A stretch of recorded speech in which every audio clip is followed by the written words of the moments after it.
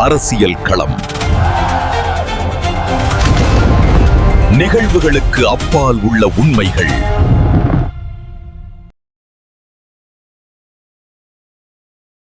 அனைத்து உயிரோடை தமிழ் ILC தமிழ் உயிரோடை தமிழில் அன்பர்களே, அரசியல் களம் தாயகத்திலிருந்து தாயக உடைப்பிலாளர் இராமேந்திரன் இணைக்கின்றார். வணக்கம் இராமேந்திரன்.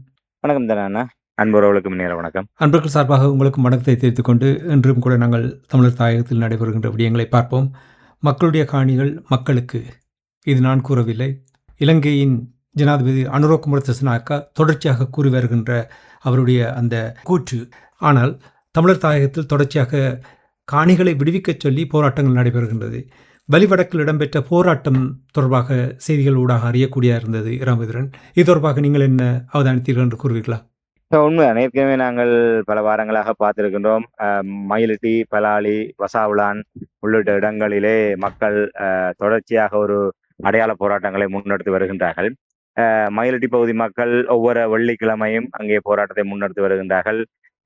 காலை முதல் பிற்பகல் வரை அங்கே அந்த இராணுவ கொமாண்டோ பங்களான்னு சொல்லக்கூடிய இராணுவ தளபதியுடைய அந்த வாசஸ்தலம் அமைந்திருக்கின்ற அந்த பகுதிக்கு முன்பாக ஒவ்வொரு வெள்ளிக்கிழமையும் அங்கே இருந்து ஒரு கவனஈர்ப்பு போராட்டத்தை முன்னெடுத்து வருகின்றார்கள். நான் நினைக்கிறேன் 16-17வது வாரமாக அந்த போராட்டம் தொடர்ந்து முன்னெடுக்கப்பட்டு கொண்டிருக்கின்றது. இந்த நேரத்தில் பலாலி மக்களும் அந்த தங்களுடைய அந்த பலாலி பகுதி விடுதலையை வலியுறுத்தி 12வது கிழமையாக கடந்த ஞாயிற்றுக்கிழமை போராட்டத்தை நடத்தியிருந்தார்கள். உண்மையிலே அவர்கள் ஞாயிற்றுக்கிழமை அந்த போராட்டத்தை முன்னெடுத்து வருகின்றார்கள். பலாலி அந்த பகுதியிலே அந்த பலாலி மீள்குடியேற்ற குழுவினுடைய ஏற்பாட்டிலே இந்த போராட்டம் முன்னெடுக்கப்பட்டு வருகின்றது. அதே போன்று வசாவுலான் பகுதியிலும் அந்த மக்கள் அண்மையிலே வீதியில இறங்கி போராட்டத்தில் இறங்கி இருக்கின்றார்கள். தங்களுடைய காணிகளை விடுவிக்க வலியுறுத்தி அவர்களும் ஒரு அடையாள போராட்டங்களை முன்னெடுத்து வருகின்றார்கள். இந்த வலிவடக்கு பிரதேசத்திலே முக்கியமாக காங்கசந்துறை உள்ளிட்ட பகுதிகளும் இன்னும் ஒரு கணிசமான பகுதிகள் விடுவிக்கப்பட வேண்டிய நிலைமை இருந்தாலும் அங்கே செறிவான மக்கள் இன்னும் குடியமராத ஒரு நிலைமையிலும் அந்த காங்கசந்துறை பகுதிக்குரிய மக்கள் பெரும்பாலானவர்கள் புலம்பெயர் தேசத்திலே இருக்கக்கூடிய நிலைமையிலும் இங்கு இலங்கையிலும் வேறு வேறு மாவட்டங்களிலே அவர்கள் பரவலாக சிதறி போயிருக்கின்ற காரணத்தினாலும் அங்கே காங்கசந்துறை காணி விடுவிப்பு தொடர்பாக ஒரு மக்கள் ஒரு போராட்டமாக முன்னெடுக்க முடியாத ஒரு நிலைமை காணப்படுகின்றது. அதே போன்று மயிலிட்டியை பார்த்தால் மயிலிட்டி, பலாலி, வசாவுலான், குறிப்பாக மயிலிட்டி, பலாலி எல்லாம் கிழக்குள்ளிட யாழ்ப்பாண கரையோர பகுதிகளை அண்டியவர்கள் ஒரு குடும்பமாக வசித்துக் கொண்டிருக்கின்றார்கள். என்றால் பெரும்பாலானவர்கள் கடத்தொழிலையே நம்பி இருக்கின்ற காரணத்தினால் கடத்தொழிலை அடிப்படையாக வைத்துக் கொண்டு அதுக்கு உகந்த ஒரு இடங்களை நோக்கி அவர்கள் அந்த இடம்பெயர்வு காலங்களிலே ஒரு குடும்பமாக வாழ்கின்ற ஒரு நிலைமையிலே அவர்களுக்குள் ஒரு தங்களுடைய இடங்களுக்கு செல்ல வேண்டும் என்கின்ற ஒரு நிலை காணப்படுகின்றது. அந்த அடிப்படையிலே அவர்கள் மீண்டும் ஒரு கட்டமாக இடங்கள் விடுவிக்கப்பட்டாலும் ஒரு முழுமையாக அந்த பகுதி விடுவிக்கப்படாத ஒரு நிலைமையிலே அவர்கள் தங்களுடைய விடுவிப்புக்காக இந்த போராட்டங்களை நடத்தி கொண்டிருக்கின்றார்கள். இந்த போராட்டம் காணியை விடுவிப்பது தொடர்பாக போராட்டங்களை நடத்தி கொண்டிருக்கிறார்கள் நீங்கள் கூறும்பொழுது இன்னும் ஒரு பகுதி எனக்கு நல்ல ஞாபகம் இருக்கின்றது. எத்தனையோ ஆண்டுகளாக கேப்பாப்புலவில் இருக்கின்ற மக்கள் போராடி கொண்டு வருகின்றார்கள். தங்களுடைய காணியில் அந்த உள்ளே செல்ல முடியாது, பாடசாலை நடத்த முடியாது என்று சொல்லி இவ்வளவோ மைல் பிள்ளைகள் பயணம் செய்துதான் பாடசாலைக்கு போக வேண்டிய நிலைமைகள் எல்லாம் அப்பொழுது நடைபெற்றதை நான் பார்த்து கொண்டிருந்தேன். இப்பொழுதும் இந்த கேப்பாப்புலவு மக்கள் தங்களுடைய காணிகளை விடுவியுங்கள் என்று போராட்டம் நடத்தியிருக்கிறார்கள். இந்த போராட்டம் தொடர்பாக நீங்கள் என்ன அவதானித்தீர்கள்? உண்மை, தமிழ் மக்களுடைய தலைவிதியாக போராட்டமே வாழ்க்கையாக விட்டிருக்கின்ற ஒரு நிலைமைதான் காணப்படுகின்றது. அந்த வகையிலே நில விடுவிப்புக்காக போராடுவது என்பது தமிழ் மக்களுடைய ஒரு தொடர்ச்சியாக அது தமிழ் மக்களுடைய ஒரு தலையிலே திணிக்கப்பட்ட ஒன்றாக இருக்கின்றது. வடக்கு கிழக்கிலே இன்னும் பல ஆயிரக்கணக்கான ஏக்கர் நிலங்கள் விடுவிக்கப்பட வேண்டிய நிலைமை இருக்கின்றது. கேப்பாப்புல உங்களுக்கு தெரியும், ஆயுதங்கள் மௌனிக்கப்பட்டு 17 ஆண்டுகள் நிறைவுக்கு வருகின்ற நிலைமையிலும் இராணுவத்தினர் ஏற்கனவே நிலை கொண்ட இடங்களிலே முக்கியமான கேந்திரமான இடங்களை விட்டு அகலாது பல ஆயிரக்கணக்கான ஏக்கர் நிலங்களை அவர்கள் தங்களோட படை முகாம்களை அமைத்து அவர்கள் இன்னும் தொடர்ந்து அங்கே தங்களுடைய இருப்பை தக்க வைத்துக் கொண்டிருக்கிறார்கள். இதன் காரணமாக பல ஆயிரக்கணக்கான தமிழ் மக்கள் வாழ்விழந்த அகதிகளாக இருக்கக்கூடிய நிலைமை இருக்கின்றது. அந்த கேப்பாப்புலவு பகுதியும் ஏற்கனவே விடுவிப்பதாக வாக்குறுதிகள் வழங்கப்பட்ட இடம். அந்த இடத்திலே இராணுவத்தினர் உண்மையிலே மக்களுடைய இந்த அரசாங்கம், குறிப்பாக கடந்த காலங்களிலே இருந்தவர்கள் எப்படி இருந்தாலும் இந்த அரசாங்கம் சொல்கின்றபடியா மக்களுடைய காணி மக்களுக்கு, அதாவது இந்த ஒரு மாற்றம் என்கின்ற பெயரோடு மக்களிடையே ஒரு நம்பிக்கையை கட்டியெழுப்பிய அன்றோ திசாநாயக்க அவர்கள் ஜனாதிபதி தேர்தலுக்கு முன்பிருந்தே கூறுகின்ற வாக்கியம் மக்களுடைய ஹானி மக்களுக்கு என்கின்ற ஒரு விடயத்தை அவர் முதன்மைப்படுத்தி பேசி வந்திருந்தார். இராணுவத்தினர் எவர் இருந்தாலும் அந்த மக்களுடைய ஹானி மக்களுக்கே வழங்கப்படும் என்பதாக அவர் வாக்குறுதி வழங்குகின்றார். ஆனால் எந்த ஒரு இடத்திலும் வழிவடக்காக இருக்கட்டும், கேப்பாப்புலவாக இருக்கட்டும், அது இன்று நேற்று ஏற்பட்ட விடயம் அல்ல. கடந்த காலத்திலிருந்து தொடர்ச்சியாக இடம்பெற்று வருகின்ற விடயம். இந்த விடயங்கள் இராணுவத்தினரால் வல்வளைப்பு செய்யப்பட்டிருக்கின்ற நிலைமை, அந்த இடத்திலே இராணுவத்தினர் தேவைக்கு அதிகமாக குமிக்கப்பட்டிருக்கின்ற விடயம், இவையெல்லாம் தெரிந்துதான் ஜனாதிபதியினால் வாக்குறுதி வழங்கப்பட்டது. அப்படி இருந்தும் இன்று வரை 2 ஆண்டுகள் நெருங்க போகின்றது அவர் பதவியேற்று. ஆனால் இன்று வரை அதை நிறைவேற்றுவதற்கு அவர் எந்தவித நடவடிக்கையும் எடுக்கவில்லை. அந்த வகையில கேப்பாப்புலவ மக்களும் தொடர்ச்சியாக தங்களுடைய போராட்டத்தை நடத்தி கொண்டிருக்கின்றார்கள். ஏனால் இந்த போராடுவதை தவிர வேறு வழியில் என்கிற நிலைமை தமிழர்களுக்கு உருவாகி இருக்கின்றது. அவர்கள் நம்பி இருந்தார்கள், இந்த அரசாங்கத்துக்கு ஒரு சந்தர்ப்பத்தை கொடுத்தார்கள். நீங்கள் கூட அடிக்கடி அந்த விடயத்திலே மிக ஆணித்தரமாக அந்த நிலைப்பாட்டை நீங்கள் வெளிப்படுத்தி வருவீர்கள். பேச்சுவார்த்தை இல்லை, புதிதாக வருகின்ற ஒரு தரப்புக்கு நாங்கள் சந்தர்ப்பத்தை கொடுத்து பார்க்க வேண்டும், நாங்கள் எப்போதுமே தொடர்ச்சியாக எதிர்ப்பரசியலை கையில எடுக்கக்கூடாது என்கின்ற ஒரு ஒரு ஒரு நேர்மறையான அடிப்படையில நீங்கள் உங்களுடைய பார்வை எப்போதுமே அமைந்திருக்கும்.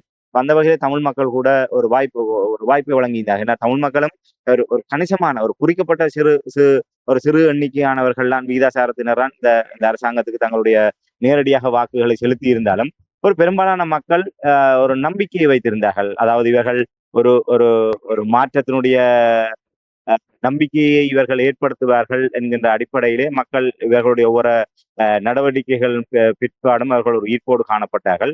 அப்படியான ஒரு நிலைமையில் தான் அந்த மக்களுடைய நம்பிக்கையை இவர்கள் ஒரு ஏமாற்றிய நிலையிலே மக்கள் பொறுமை இழந்து வீதிகளில் போராடுகின்ற நிலைமை தள்ளப்பட்டிருக்கின்றார்கள். ஏனால் இது வெறுமனே ஒரு விரக்தியின் நிலையிலே ஒரு எழுந்த மாநிலத்தில் செய்கின்ற விடயம் அல்ல. பொறுத்து பார்த்து அவர்கள் ஒவ்வொரு பகுதிகளிலும் இருக்கக்கூடிய தேசிய மக்கள் சக்தியினுடைய அமைப்பாளர்கள், பாராளுமன்ற உறுப்பினர்கள், இல்லை அமைச்சர்களோடு தொடர்பட்டவர்களோடு கலந்துரையாடி அவர்கள் அவாசங்களை கொடுத்து பொறுமை இழந்து, அதாவது அவர்கள் தாங்களாக ஒரு பக்க சார்பாக அவர்கள் ஏமாற்றப்பட்டதென்கின்ற நிலை, ஏமாந்ததை விட அரச தரப்பிலே வாக்குறுதிகள் வழங்கப்பட்டு ஏமாற்றப்பட்டதுதான் இதற்கெல்லாம் காரணம். அவர்கள் வீதியில் இறங்கி போராடுவதற்காகவே வெளிவடக்கை போன்று கேப்பாப்புலவ மக்களும் உறுதியோடு தங்களுடைய ஹானிகளை விடுவிக்கும் வரை தங்களுடைய போராட்டம் ஓயாது என்கின்ற நிலையிலே அவர்கள் தங்களுடைய போராட்டத்தை முன்னெடுத்து வருகின்றனர்.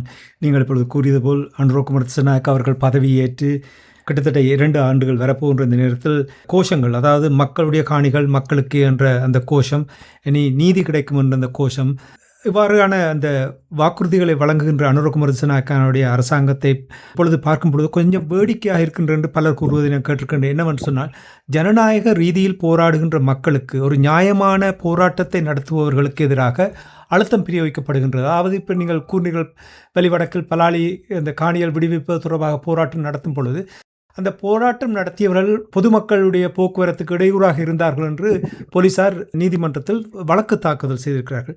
இது தொடர்பாக என்ன அறிகிறீர்கள்? உண்மைதான். பலாலியிலே ஒவ்வொரு ஞாயிற்றுக்கிழமையும் அங்கே போராட்டம் முன்னெடுக்கப்பட்டு வருகின்ற நிலைமையிலே அவர்கள் இதுவரை ஒரு இடத்திலே அமைதியாக ஒரு கவனீர் போராட்டத்தை முன்னெடுத்தனர். கடந்த ஞாயிற்றுக்கிழமை அவர்கள் கருப்பு உடைகளோடு வீதியை மறித்து அவர்கள் ஒரு போராட்டத்தை நடத்தியிருந்தார்கள். இதை அடுத்துதான் பொது போக்குவரத்துக்கு இடையூறாக செயல்பட்டார்கள் என்ற காரணத்தை முன்வைத்து பலாலி போலீசாரினால் மல்லாகம் நீதவான் நீதிமன்றத்திலே ஒரு வழக்கு தாக்கல் செய்யப்பட்டிருக்கின்றது. அதன் நிமித்தமாக அவர்களுக்கு அழைப்பாணை அனுப்பப்பட்டிருக்கின்றது. அதாவது பலாலி குடியேற்ற குழுவினுடைய தலைவர் மற்றும் அந்த போராட்டத்திலே முதன்மையாக பங்கெடுத்தவர்கள் என ஜனநாயக போராளிகள் கட்சியினுடைய தலைவர் வேந்தன் உள்ளிட்டவர்களுக்கு அழைப்பாணை அனுப்பப்பட்டிருக்கின்றது இந்த வழக்கு விசாரணைக்கு சமூகம் அளிக்குமாறு. ஆகவே உண்மையிலே இது ஒரு அநீதியான செயல்பாடு என்றால் நாங்கள் பார்க்க வேண்டும். உண்மையிலே இப்ப என்னை பொறுத்தவரையில் இந்த அன்றோ திசாநாயக்க அரசாங்கம் வடக்கு மாகாணத்தில் இருக்கக்கூடிய கடத்தொழில் அமைச்சர் சந்திரசேகர் மற்றும் பாராளுமன்ற உறுப்பினரான ரஜீவன், இளங்குமரன், பவானந்தராயா உள்ளிட்டவர்கள் அவர்களுடைய நிலைப்பாடு என்னவென்று சொன்னால், மக்கள் போராடவே கூடாது, நாங்கள் எல்லாம் செய்வோம், அரசாங்கத்தை பகைத்துக் கொண்டு நீங்கள் என்ன செய்ய போகின்றீர்கள் என்பதாகத்தான் இருக்கின்றது. சரி, 2 ஆண்டுகள் ஆகிவிட்டது. 2 ஆண்டுகளாகி எந்த விதமான சமிக்கைகளும் இல்லை. குறிப்பாக இராணுவத்தினருடைய கட்டுப்பாட்டில் இருக்கக்கூடிய பிரதேசங்களை விடுவிப்பதற்கான எந்தவித சிறு அறிகுறிகள் கூட எதுவுமே இல்லாத ஒரு கையேறு நிலைமையில் தான் அந்த மக்கள் போராட முற்பட்டார்கள். அந்த மக்கள் 11 வாரங்களாக அமைதியான முறையில போராடினார்கள். அந்த பலாலி பகுதியிலே, அந்த பலாலி சந்தியிலே அவர்கள் அந்த தெரியும் தற்போதைய காலநிலை எவ்வாறு இருக்கின்றது என்று. வெயில் சுட்டெரிக்கின்ற வெயிலுக்கு மத்தியிலே அவ்வளவு ஒரு வெப்பம். அந்த வெயிலிலே நீங்கள் ஒரு மணத்தியாலம் அந்த வெயிலிலே நின்றாலே உங்களோட உடல் சோர்வு நிலைமைக்கு வந்துவிடும். ஆகவே அந்த வெயிலிலே தங்களுடைய உரிமைக்காக போராடுகின்ற மக்கள் ஒரு கூடாரத்தை அமைக்க முற்பட்ட போது போலீசார் தடை ஏற்படுத்தினார்கள். அதை தடுத்து நிறுத்தினார்கள். அவர்கள் மீது பல பிரயோகத்தை மேற்கொண்டார்கள். ஆனால் இதே பலாலி பகுதியிலே பிரதேச சபையினுடைய அனுமதி இல்லாமல் இராணுவத்தினர் அங்கே ஒரு உணவுச்சாலை ஒன்றை அமைத்து நிரந்தரமாக ஒரு கட்டிடத்தை அமைத்து அங்கே ஒரு ஒரு உணவுச்சாலை ஒன்றை கண்டின் ஒன்றை அவர்கள் அமைத்து செயல்பட்டு கொண்டிருக்கின்றார்கள். அது சட்டவிரோதமான கட்டுமானம் என்று ஏற்கனவே பிரதேச சபை அதை உடைக்க சொல்லிவிட்டது. உண்மையிலே இராணுவமாக இருக்கட்டும், எந்த பெரிய கொம்பனாக இருக்கட்டும், உள்ளூராட்சி மன்றங்களுடைய நியாயாதிக்க எல்லைக்குள் அதனுடைய அனுமதி பெற்றுத்தான் யாராக இருந்தாலும் எந்த நடவடிக்கையை மேற்கொள்ள முடியும். ஆனால் இராணுவத்தினர் அந்த உள்ளூராட்சி மன்றங்களுடைய ஒரு கட்டுப்பாட்டையை மீறி அவர்களிடம் அனுமதி வராது. ஏனால் ஒரு நிலத்துக்கு மேலாக நிரந்தர கட்டுமானம் ஒன்றை மேற்கொள்கின்ற போது அந்த கட்டட அனுமதி பெற்றுக் கொள்ளப்பட வேண்டும். அது உள்ளூராட்சி மன்றங்களோடு தொடர்பட்ட விடயமாக காணப்படுகின்றது. ஆக எந்தவித அனுமதியும் இல்லாமல் சட்டவிரோதமான முறையிலே அங்கே வருகின்ற அந்த பலாலி பகுதிக்கு வருகின்ற சிங்கள மக்கள், அங்க சிங்கள சுற்றுலா பயணிகளுடைய தேவைகளுக்காக மட்டும்தான் அங்கே அந்த உணவுச்சாலை என்பது திறக்கப்பட்டிருக்கின்றது. ஆகவே அவர்களுடைய ஒரு நலன்புரி நிலையமாக, இல்லை அவர்களுடைய தேவைகளுக்காக அமைக்கப்படுகின்ற ஒரு இடத்தை, சட்டவிரோதமாக அமைக்கின்ற இடத்தை அகற்றுவதற்கு போலீசார் அகற்றுவதற்கு நடவடிக்கை எடுக்காமல் அதற்கு துணை போகின்ற போலீசார், உரிமை கேட்டு போராடுகின்ற மக்கள் தற்காலிகமாக சில மணி நேரம் அந்த இடத்திலே தங்கி இருப்பதற்கு, ஒரு வெயிலிலேயே ஒரு கூடாரத்தை அமைப்பதற்கு அனுமதி மறுத்து அவர்களுக்கு சட்ட ரீதியான நெருக்கடி கொடுக்கின்றனர். எவ்வளவு மிலேச்சத்தனமாக ஒரு மனிதாபிமானமற்ற முறையில் இந்த போலீசார் செயல்படுகின்றார்கள் என்பதை நீங்கள் புரிந்து கொள்ள முடியும். அதிலும் பலாலி போலீசார் குறிப்பாக மிக இலங்கையினுடைய ஒரு கட்டமைப்பு சார் இன அழிப்பு செயல்பாட்டை தீவிரமாக முன்னெடுக்கக்கூடிய அந்த படைப்பிரிவுகளிலே முதன்மையான அங்கம் வகிக்கக்கூடிய ஒன்றாக பலாலி போலீசார் மாறி இருக்கின்றார்கள் என்பதை நாங்கள் குறிப்பிட்டு சொல்ல வேண்டும். ஏற்கனவே கடந்த வாரம் உங்களுக்கு தெரியும், அந்த பவானி வீதி விவகாரத்திலே இவர்கள் அந்த தையிட்டி விகாராதிபதியினுடைய சார்பாக எவ்வளவு தூரம் நீதிமன்றத்திலே மும்முரமாக முனைப்பு காட்டினார்கள் அதை தடுத்து நிறுத்துவதற்கு. அதற்கு பின்னர் மல்லகம் போலீசாரை, தெளிப்பளை போலீசாரை கொண்டு கூட இவர்கள் அங்கே வழக்கு போட்டார்கள். இப்படியாக பல்வேறு நடவடிக்கைகளை இவர்கள் தமிழர்களுக்கு எதிராக, தமிழ் மக்களுடைய இருப்புக்கு எதிராக இந்த பலாலி போலீசார் செயல்பட்டு வருகின்றார்கள். அந்த பலாலியிலே அந்த நில உரிமைக்காக போராடுகின்ற மக்கள் தற்காலிகமாக அதிலே ஒரு பந்தல் அமைப்பதற்கு கூட அவர்கள் அனுமதி மறுத்திருந்தார்கள். இப்போது போராடின மக்களை அவர்கள் எந்த விதமே வன்முறையில் ஈடுபடவில்லை. அவர்கள் இதுவரை அமைதியாக வீதியோரமாக இருந்து போராடினார்கள். இப்போது 11 வாரங்கள் அமைதியான முறையிலே போராடியவர்கள் பொறுமை இழந்து வீதிக்கு இறங்கி தங்களுடைய கவனஈர்ப்பை மேற்கொண்டார்கள். அந்த வீதிக்கு இறங்கி அவர்கள் போராடுகின்ற போது வீதியை மறித்து பொது போக்குவரத்தை தடுத்து எந்த விதமான அசம்பாவிதத்தை கூட அவர்கள் ஏற்படுத்தவில்லை. சரி, அப்படி செய்தால் கூட எந்த தவறும் இல்லை.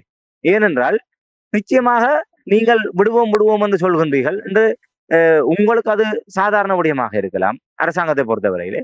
ஆனால் அந்த மக்கள் இந்த 36 ஆண்டுகளாக மிகப்பெரிய இயக்கத்தோடு கனவுகளோடு இருக்கின்றார்கள். இன்று 3வது தலைமுறை கூட இன்று தலையெடுத்து வருகின்ற ஒரு நிலைமையிலே அவர்களுடைய பாரம்பரிய காணிகள் இன்றும் இராணுவத்திடம் வசம் இருக்கின்றது, அகதிகளாக இருக்கின்றார்கள். அந்த அகதி வாழ்க்கை என்பது சாதாரண நிலைமை அல்ல. உண்மையிலே நாங்கள் அகதிகள் என்பது அவர்களுடைய நிலம் இழந்து, அவர்களுடைய வீடுகளை இழந்து, ஒரு சுகபோகத்தை இழந்து இருக்கின்றார்கள் என்கின்ற அளவிலே நாங்கள் மதிப்பிடுகின்ற விடயம் அல்ல. நாங்கள் ஒரு வேரோடும் வேரடி மண்ணோடும் வழி வடக்கிலிருந்து நாங்கள் வேரோடும் வேரடி மண்ணோடும் நாங்கள் அங்கிருந்து பெயர்க்கப்பட்டிருக்கின்றோம்.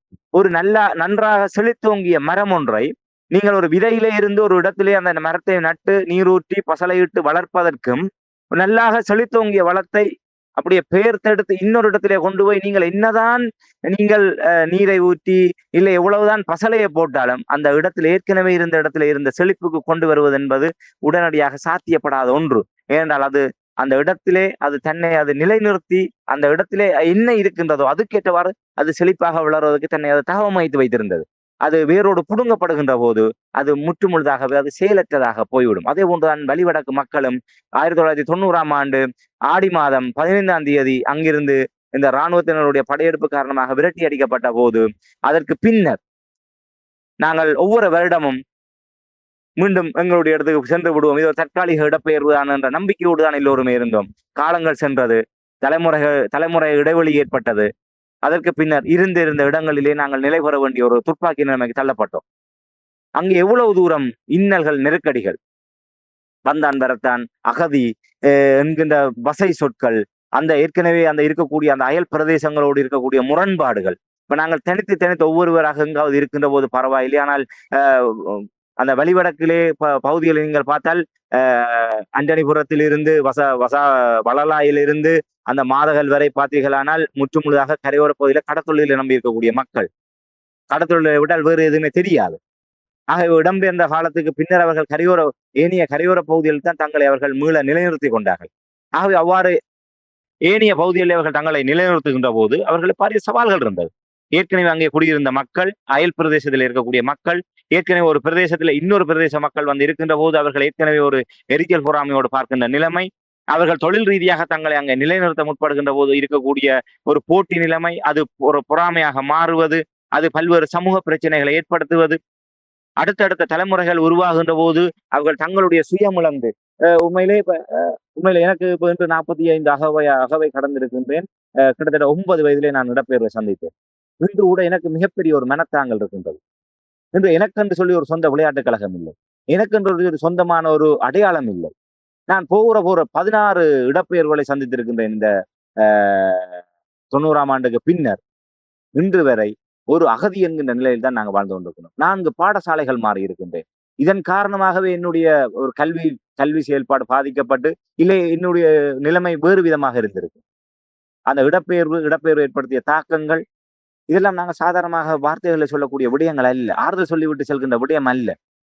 அப்படி நாங்கள் வருகின்ற போது, இப்ப நாங்கள் சொந்த ஊர்ல இருந்தால் எங்களுக்குன்னு சொல்லி ஒரு விளையாட்டுக் கழகம் இருந்திருக்கும், எங்களுக்குன்னு சொல்லி ஒரு சனசமூக நிலை கட்டமைப்பு இருந்திருக்கும், இல்லை எங்களுக்கான ஒரு ஆலய கட்டமைப்பு இருந்திருக்கும். இன்று நாங்கள் போகிற இடங்களிலே, ஆலயங்களிலே எங்களுடைய ஆன்மீக அந்த ஈடேற்றத்தை நிவர்த்தி செய்து கொள்வதற்காக அந்த இடங்களில் ஆலயங்களுக்கு செல்கின்ற போது அங்கே ஆலயங்களில் சென்று சாமி தூக்குவதற்கு கூட நாங்கள் ஒதுக்கப்பட்டவர்களாக இருந்த நிலைமை. இதெல்லாம் சாதாரணமாக சொல்லி புரியாது.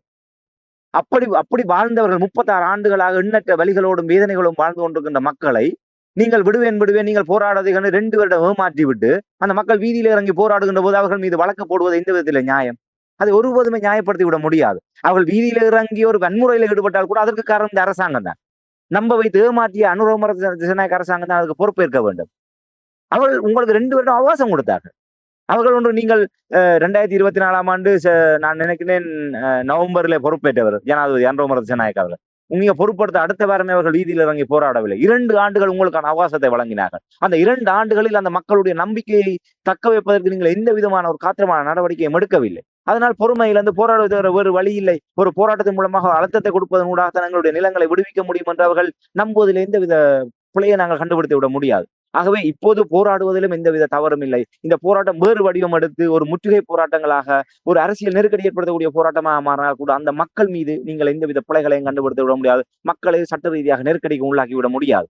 ஆகவே இப்ப இதுவரை இருந்த அரசாங்கமாவது பரவாயில்லை, அப்படி வாக்குறுதி கொடுக்கவில்லை. நீங்கள் தேர்தல் காலத்திலிருந்து இன்று வரை சொல்கின்ற ஒரே வாக்கியம், மக்களுடைய ஹானி மக்களுக்கு.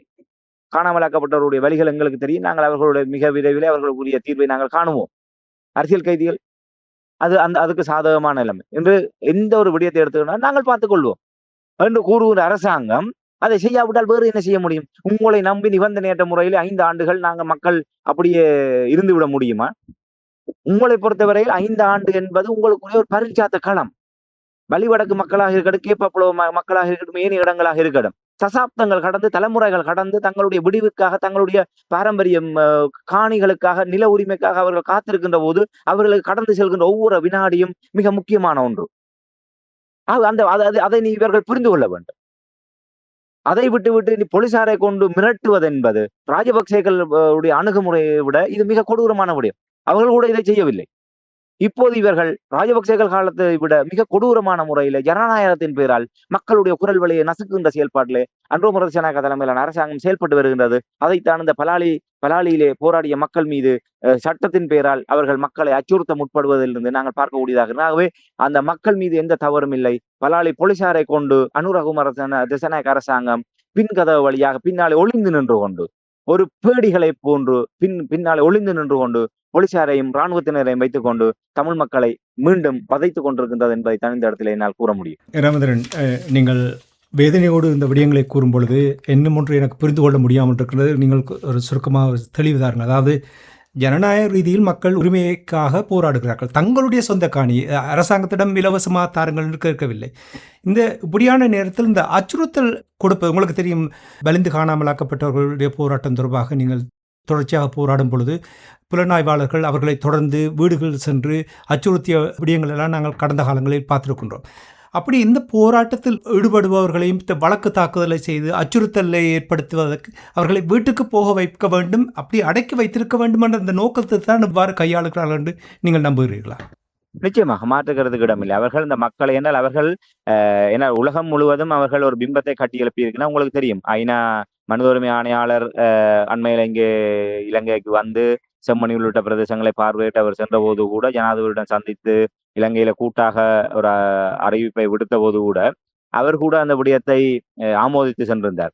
இலங்கையில் இருக்கக்கூடிய சகல இன மக்களும் ஏற்றுக்கொண்ட ஒரு அரசாங்கமா இந்த அரசாங்கம் இருக்கின்றது, ஒரு வரலாற்று சந்தர்ப்பம் என்கின்ற வகையிலே அவர் அதுக்கான ஒரு விடயத்தை வெளிப்படுத்தி இருந்தார். அதற்கு பின்னர் அமெரிக்காவினுடைய இலங்கைக்கான தூதுவர் விடைபெற்று செல்கின்ற போது கூட அவர் கூட அந்த விடயத்தை தான் வெளிப்படுத்தினார். ஆகவே இவர்கள் எல்லாம் சொல்கின்ற விடயம் இவர்கள் அவ்வாறான ஒரு நிலைமையை கட்டமைத்திருந்தார்கள். அதாவது தமிழ், சிங்கள, முஸ்லிம் மலையக மக்கள் என எந்தவித பேதமும் இல்லாமல் சகல மக்களும் வாக்களித்து தெரிவு செய்யப்பட்ட ஒரு அரசாங்கமாக இலங்கையினுடைய சுதந்திர வரலாற்றிலே ஒரு முதன்மையான அரசாங்கமா தேசிய மக்கள் சக்தி அரசாங்கம் திகழ்கின்றது.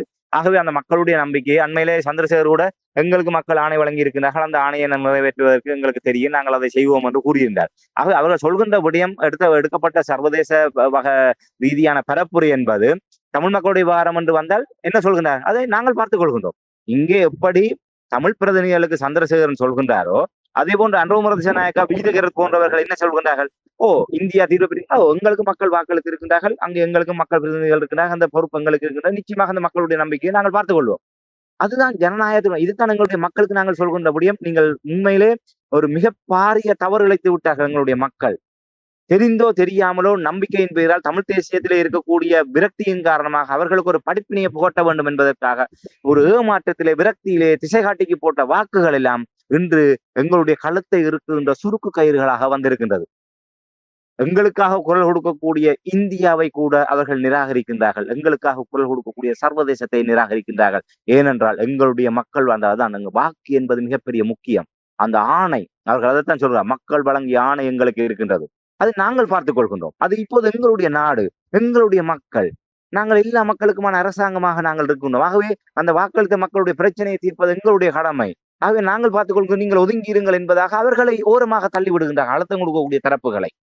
இப்போது இந்த போராட்டங்கள் மீள உயிர் பெறுவது என்பது அனுரகுமார திசாநாயக்க அரசாங்கம் கட்டமைத்து வைத்திருந்த, ஸ்தாபித்து வைத்திருந்த அந்த பிம்பத்தை சுக்குநூறாக உடைக்கக்கூடிய ஒரு நிலையை உருவாக்கி இருக்கின்றது. அதன் காரணமாகத்தான் பதற்றத்திலே இந்த போராட்டங்களை எல்லாம் எப்படியாவது நசுக்கி விட வேண்டும். உங்களுக்கு தெரியும், நாங்கள் பார்த்திருந்தோம் தீவக பகுதியிலே தீவக மீனவர்கள் தங்களுடைய வாழ்வுரிமைக்காக போராடிய போது அந்த தீவக பகுதியை பூர்வீகமாக கொண்ட ஒரு தேசிய மக்கள் சக்தியினுடைய பாராளுமன்ற உறுப்பினர் வீடு வீடாக சென்று 3 நாட்களாக அந்த போராட்டத்தை நிறுத்துவதற்கு பல முயற்சிகளை மேற்கொண்டிருந்தார். பல வாக்குறுதிகளை கூட வழங்கினார். எங்களுக்கு 3 நாள் அவகாசம் தாருங்கள், நான் அமைச்சரை கூட்டி வருகின்றேன், அவரோடு பேசுவோம், பேசி பிரச்சனையை தீர்த்துக் கொள்வோம், தயவு செய்து போராடாதீர்கள் என்பதாக எல்லாம் காலில் விழாத உரையாக கெஞ்சினார்கள். ஒன்று அந்த சொல்லுவாங்க சாம தான பேத தண்டம் என்று சொல்லுவார்கள். அந்த அந்த வழிமுறை, சகல வழிமுறைகளிலுமே அந்த போராட்டங்களை எப்படியாவது நசுக்கி விட வேண்டும்.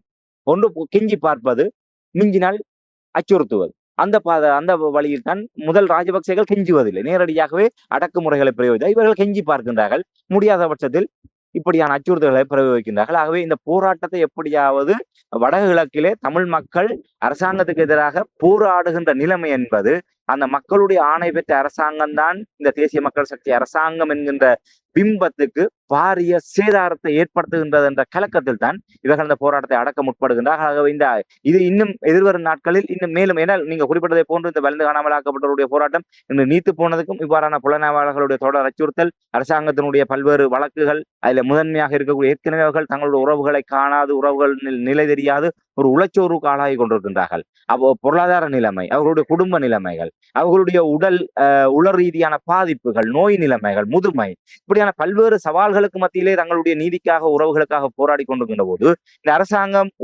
புலனாய்வாளர்கள் மூலமாக ஏற்படுத்துகின்ற நெருக்கடிகள், தொடர்ச்சியாக இப்படி போலீசார் மூலமாக வழக்குகளை தொடுத்து ஒவ்வொரு நீதிமன்றங்களுக்கு அவர்களை அலக்களிக்கின்றது. ஒரு சட்ட போராட்டத்துக்குள் அவர்களை அலக்களிக்கின்ற விடயம் எல்லாம் ஒரு மேலும் அவர்களை சோர்வடைய செய்து அந்த போராட்டத்திலிருந்து மெல்ல மெல்ல அவர்களை ஒதுங்க வைத்துக் கொண்டிருக்கிறது.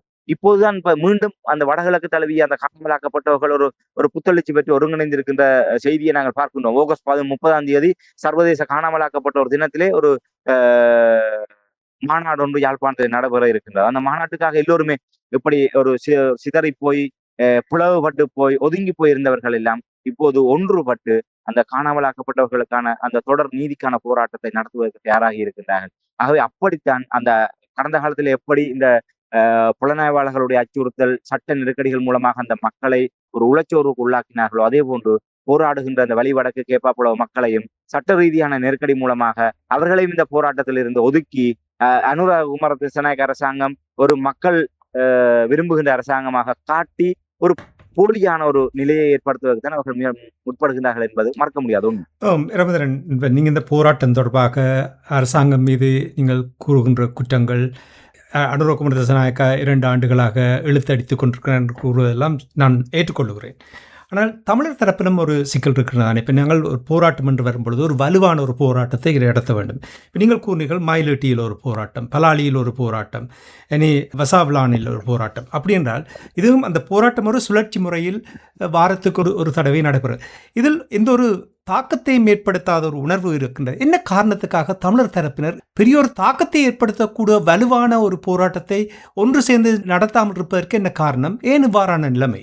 உண்மையிலே அந்த பலகீனமான போராட்ட முறைகளும் ஒரு காரணம் தான். இந்த அரசாங்கம் ஒரு மெத்தன போக்கோடு இருப்பதற்கு உண்மையிலே அந்த மக்கள் இதுதான் அரசாங்கத்தினுடைய சூழ்ச்சியாக இருந்தது. வழிவடக்கு உண்மையிலே அந்த வழிவடக்கு மீள்குடியேற்ற குழு இருக்கின்ற வரை ஒரு வழிவடக்கினுடைய விடுதலைக்காக அவர்கள் காத்திரமான போராட்டத்தை முன்னெடுத்தார்கள் என்று நாங்கள் உங்களுக்கு தெரியும். 90ஆம் ஆண்டு ஆடி மாதம் 15ஆம் தேதி வழிவடக்கிலிருந்து விரட்டி அடிக்கப்பட்டதற்கு பிற்பாடு அந்த வழிவடக்கில் இருக்கக்கூடிய வசாவுலான், மயிலட்டி, பலாலி, காங்கேசந்துறை, அண்டனிபுரம், வளலாய், குறும்பசிட்டி மற்றும் தையிட், ஊரணி, காங்கேசந்துறை, மாவட்டபுரம் உள்ளிட்ட பல்வேறு பகுதிகள், பீமன்காமம் உள்ளிட்ட பல்வேறு பகுதிகள் அந்த இராணுவத்தினுடைய ஆக்கிரமிப்புள் இருந்தது. ஆகவே அத்தனை மக்களும் பல ஆயிரக்கணக்கான மக்கள் எல்லாம் ஒன்றுபட்டு வழிவடக்கு மீள்குடியேற்ற குழுவாக வழிவடக்கு மக்களாக ஒரு போராட்டத்தை முன்னெடுத்த போது அரசாங்கத்தை அசைத்து பார்க்கக்கூடிய ஒரு நிலைமை இருந்தது. அந்த ஒற்றுமை இருந்தது. இவர்கள் 2011-12ஆம் ஆண்டுக்கு பின்னர் கட்டங்கட்டமாக சில இடங்களை விடுவித்து 2017ஆம் ஆண்டு வரை ஒரு கணிசமான இடங்களை அவர்கள் விடுவித்துக் கொண்டிருந்தார்கள். அவ்வாறு விடுவித்ததன் ஊடாக அந்தந்த ஊர்களிலே ஒரு பிளவு நிலை ஏற்பட்டது. விடுவித்தவர்கள் தங்களுடைய காணிகளை துப்புரவு செய்வது, அங்கே வீடுகளை கட்டுவது, அங்கே தங்களுடைய தொழில்களை ஸ்தாபிப்பது, தங்களுடைய எதிர்காலத்தை கட்டமைப்பது என்பதிலே அவர்கள் மும்முரமாக அதிலே கவனம் செலுத்த முற்பட்ட போது விடுவிக்கப்படாத பகுதி மக்கள் ஒரு சிறுபான்மையினராக, வலுக்குறைந்தவர்களாக, தனிமைப்படுத்தப்பட்டவர்களாக மாற்றப்பட்டார்கள். ஆகவே இதன் காரணமாக அந்த ஒரு ஒன்றுபட்ட போராட்ட முனைப்பு என்பது வலுக்குறைப்பு செய்யப்பட்டது. இது ஒரு திட்டமிட்ட நடவடிக்கை. அந்த ஒன்றாக விடுவிக்காமல் கட்டங்கட்டமாக தொகுதியாக விடுவித்து அந்த மக்களை பலகீனப்படுத்துவது என்பது ஒரு பிரித்தாளும் தந்திரம்.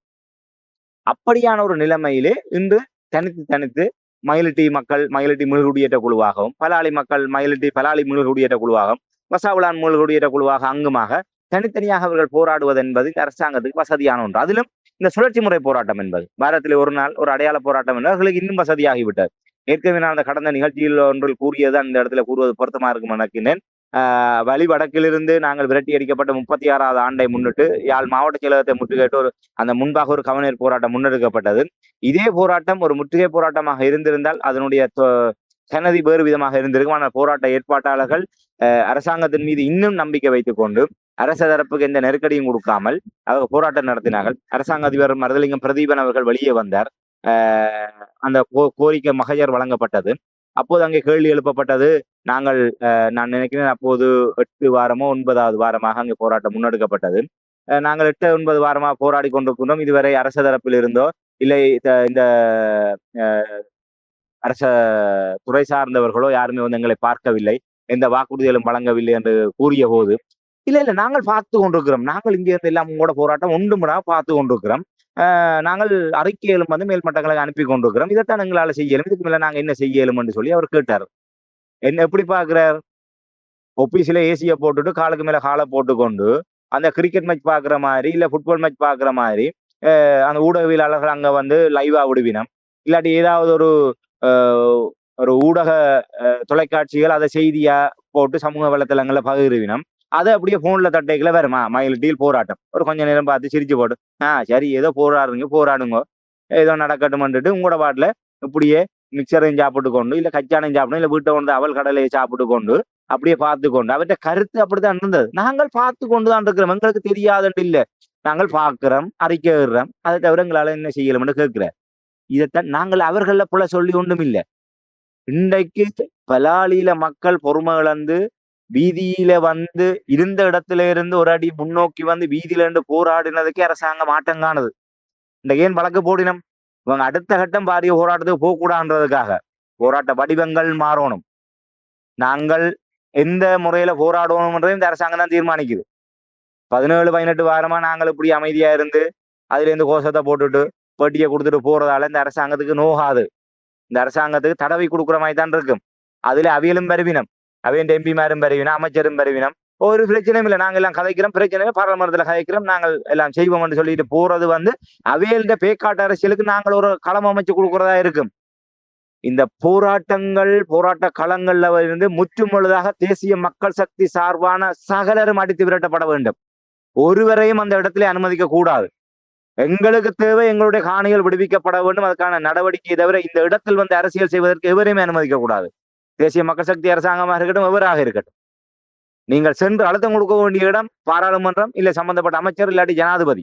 அதை விட்டு இங்கே வந்து நின்றோம் எங்களோட படம் காட்ட வேண்டிய தேவை இல்லை. நாங்கள் என்ன செய்கின்றோம், அடையாள போராட்டம் என்ற பேரிலே அரசியல் தரப்பினருக்கான ஒரு மேடை அமைத்து கொடுக்கின்றோம். இது முதல்ல தடுத்து நிறுத்தப்பட வேண்டும்.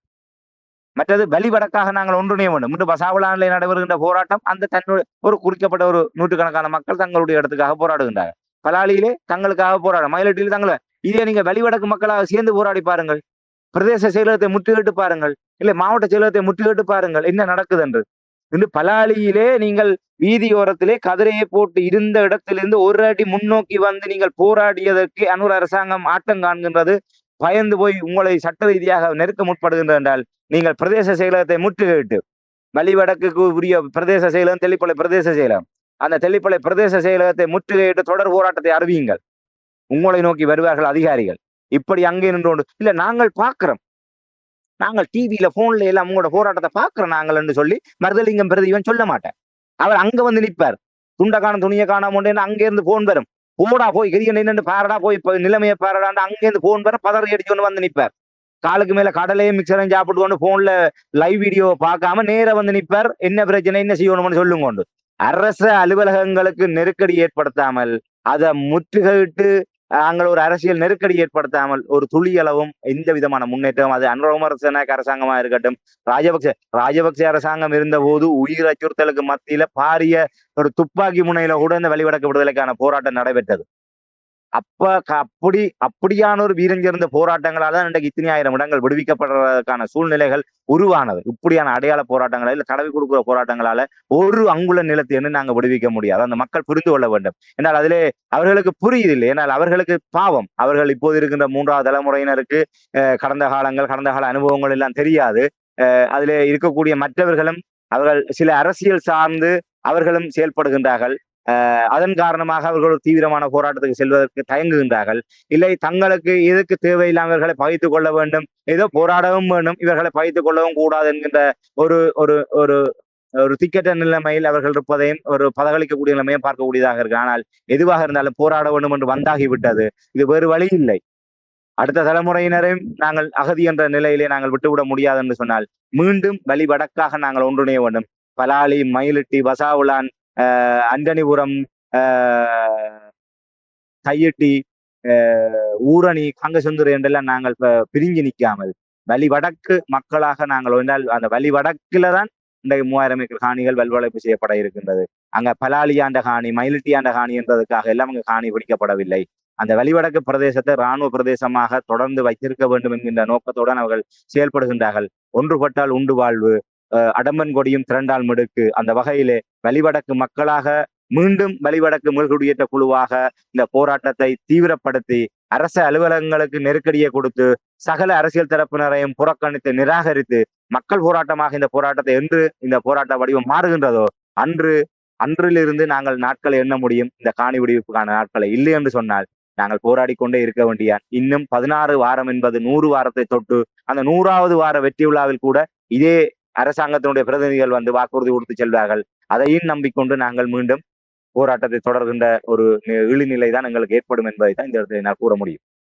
நன்றி ராமதரன். இன்றைய நிகழ்ச்சியில் இணைந்து வலிவடக்கில் உள்ள அந்த மக்கள் தங்களுடைய காணிகளை விடுவிக்குமாறு கோரி போராட்டம் நடத்தினார்கள். அந்த போராட்டத்தை அச்சுறுத்தும் வகையில் காவல்துறையினர் வழக்கு தாக்குதல் செய்து அடாவடித்தனத்தில் ஈடுபட்ட அந்த செய்திகளையும், இனி உம்முடைய இனம் எவ்வாறு ஒன்று சேர்ந்து செயல்பட வேண்டும் என்ற அந்த செய்தியையும் உயிரோடை தமிழ் உறவுகளுக்கு எடுத்து வந்தமைக்காக உயிரோடை தமிழ் அன்பர்கள் சார்பாக உங்களுக்கு நன்றி கூறிக்கொண்டு மீண்டும் இன்னொரு நிகழ்ச்சியில் இணைந்திருப்போம். அதுவரைக்கும் நன்றி, வணக்கம். நிச்சயமாக நன்றி, வணக்கம்.